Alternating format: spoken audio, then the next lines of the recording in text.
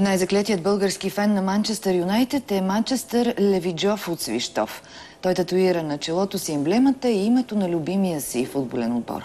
Дълги години Запалянкото води война с съдебната система у нас, докато спечели правото да смени името си. Днес обаче татуировката е в знак на протест. Димитър Върбанов разказва защо. След общо 15 съдебни процеса, 50-годишният футболен фен успява да се извоюва името Манчестър Здравков Левиджов - Юнайтед. С въвеждането на новите лични карти обаче псевдонима Юнайтед отпада. Затова в знак на протест Манчестър решава да се татуира. Аз съм човек, който се бори до край. И като ти дам клетвата, аз се боря до край. Мисля, че съм някой шегаджия, девзек. Нещата са по-сериозни, отколко си мислите. Да едно елементарно име. България не е правова държава.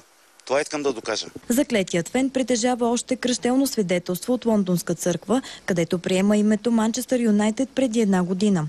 Това обаче също не му помага да извоюва желаните две имена пред районния съд в Свищов. Това не съм го решил днес или какво си.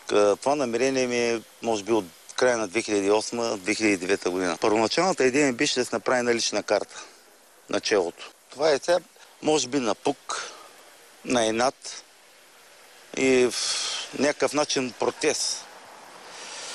Заради това,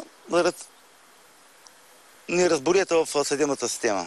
Това не е случайно хрумнаване и някой, ако си мисли. Татуирането на емблемата върху главата на свещовлията Манчестър ще продължи повече от 3 часа. Очаква се в ранния следобед протестната татуировка да е готова. За новините на Нова от Свищов, Юлиана Цанева.